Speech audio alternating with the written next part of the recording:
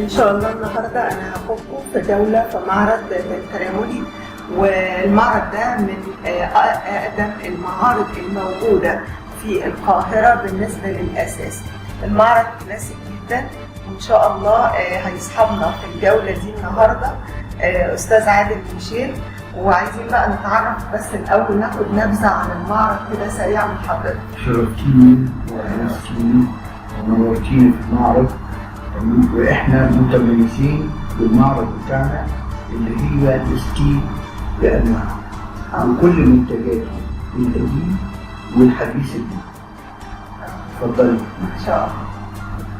إن شاء الله بقى نتفرج على المعرض وتعجبكم بقى إن شاء الله المعرض. يلا بينا.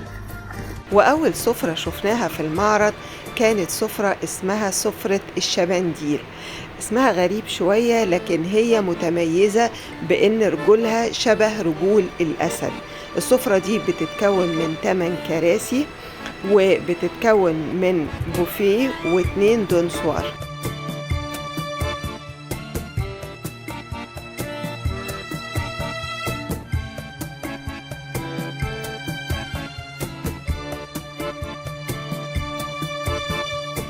بعد كده اتنقلنا في المعرض لسفرة جميلة جدا. السفرة دي اتسمت باسم سفرة المشير. هم سموها سفرة المشير نسبة إلى المشير عبد الحكيم عامر، لأنه كان عامل نفس السفرة عندهم في المعرض، وده الهاي كوبي بتاعها. والسفرة دي كل الشغل بتاعها هاند ميد.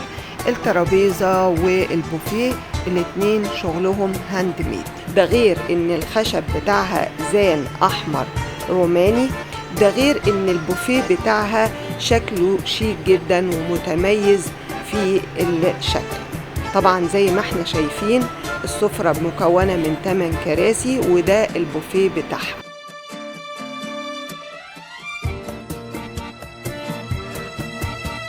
واللي متميز في المعرض كمان ان هو بينوع ما بين انواع الاساس. يعني دي مثلا سفرة نيو مودرن، القماش بتاعها جبلان زي ما احنا شايفين، والظهر كانيه، وكمان متطعمة كلها بالنحاس. طبعا السفرة تحفة يا جماعة، فنية وكلها صناعة مصرية من معارض ومصانع بنترومي.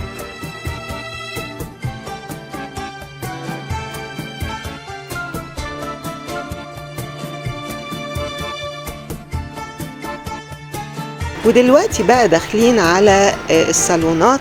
طبعا زي ما احنا شايفين يا جماعة الصالونات تحفة. ده صالون لوي كانز مذهب. طبعا زي ما احنا شايفين القيمة بتاعته شكلها جميلة وشيك قد ايه، وكمان القماشة بتاعته، وهم متخصصين جدا في الصالونات المذهبة. الترابيزة بتاعته زي ما احنا شايفين الرخامة اللي عليها رخام ايطالي او روماني. الرخامة طبعا تحفة، مع كمان الفازة اللي موجودة مع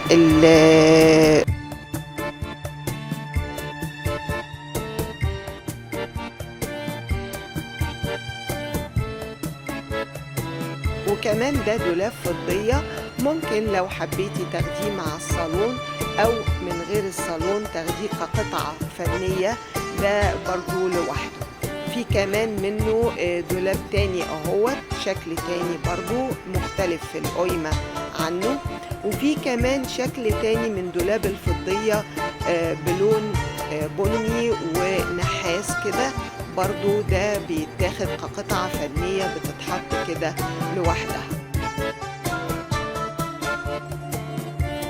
وزي ما احنا كمان شايفين مجموعة الترابيزات اللي ممكن تتحط في الأركان أو في مداخل البيوت، برضو جميلة جدا. وزي ما احنا شايفين النقشات اللي عليها والنحاس اللي موجود فيها. ودي كمان سكرتارية مكتب، ممكن تستخدم كمكتب في البيت، وممكن نستخدمها في أوضة النوم. هي زي ما احنا شايفين بتتكون من مجموعة من الأدراج.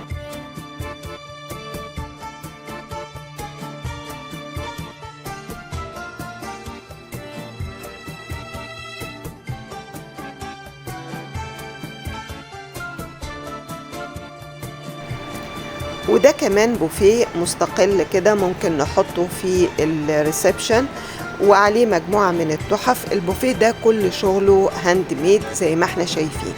ودي مجموعة من التحف، ده ساعة وشمعدان والطبلوهات، كل ده شغل استيراد إيطالي وفرنساوي. وده كمان بوفيه تاني زي ما احنا شايفين بمراية برضو عليه ساعة واتنين من التماثيل برضو إيطالي. دي تحف إيطالية أو إيطالي كلها. وزي ما احنا شايفين البوفيه تحفة برضو جميل أوي. دي سفرة برضو هي بتتكون من 6 كراسي و2 فوتيه، وزي ما احنا شايفين القماش بتاعها من الجبلان، وبرضو هي متطعمة كلها بالنحاس.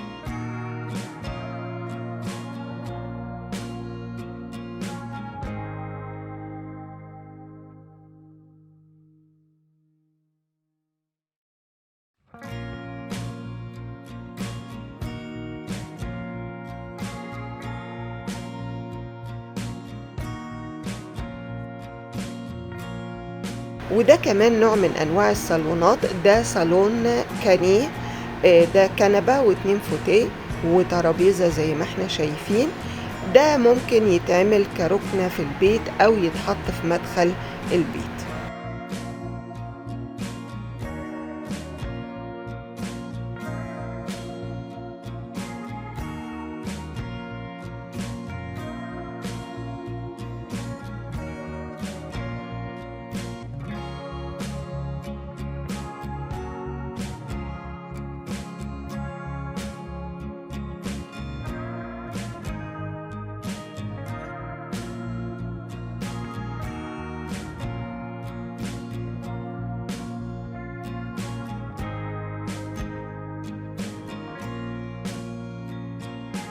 وده كمان بانكيت ممكن يتحط في أوضة النوم أو في مدخل البيت مع الترابيزة اللي هي موجودة قدامه والفازة الشيك ديت.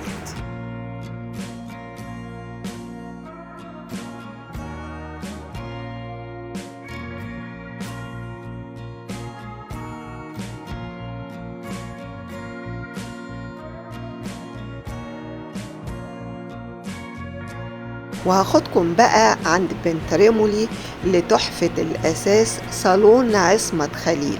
الصالون ده بنتريمولي متميزين في صناعته، وهو اسمه عصمت خليل ليه؟ لأن الراجل اللي عمله هو اسمه كده عصمت خليل.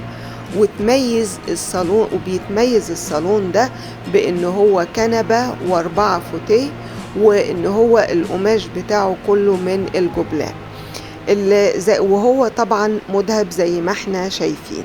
الصالون ده متميز جدا وبيطلب بالاسم من بنتريمولي.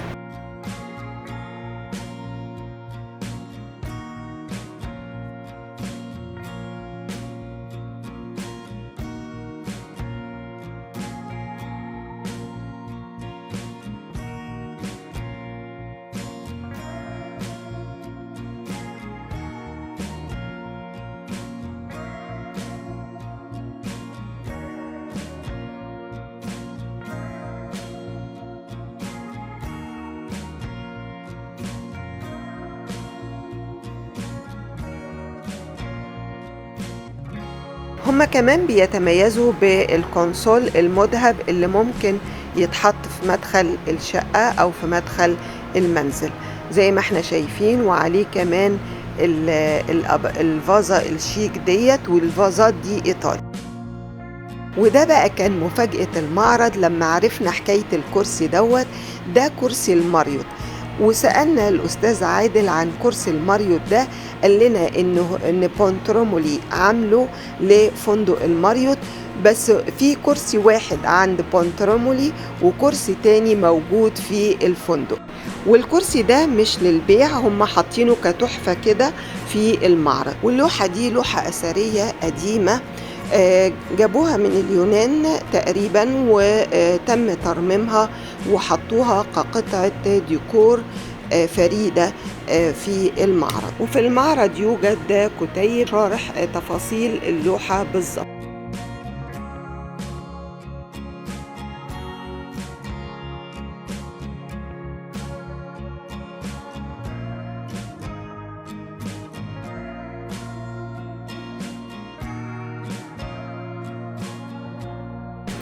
وده الجزء الأول من جولتي في معرض بنترمولي. يا رب يكون عجبكم، وانتظروا الجزء الثاني، وما تنسوش تدعموني على قناتي على اليوتيوب، واشوفكم في الجزء الثاني من جولتي في بنترمولي.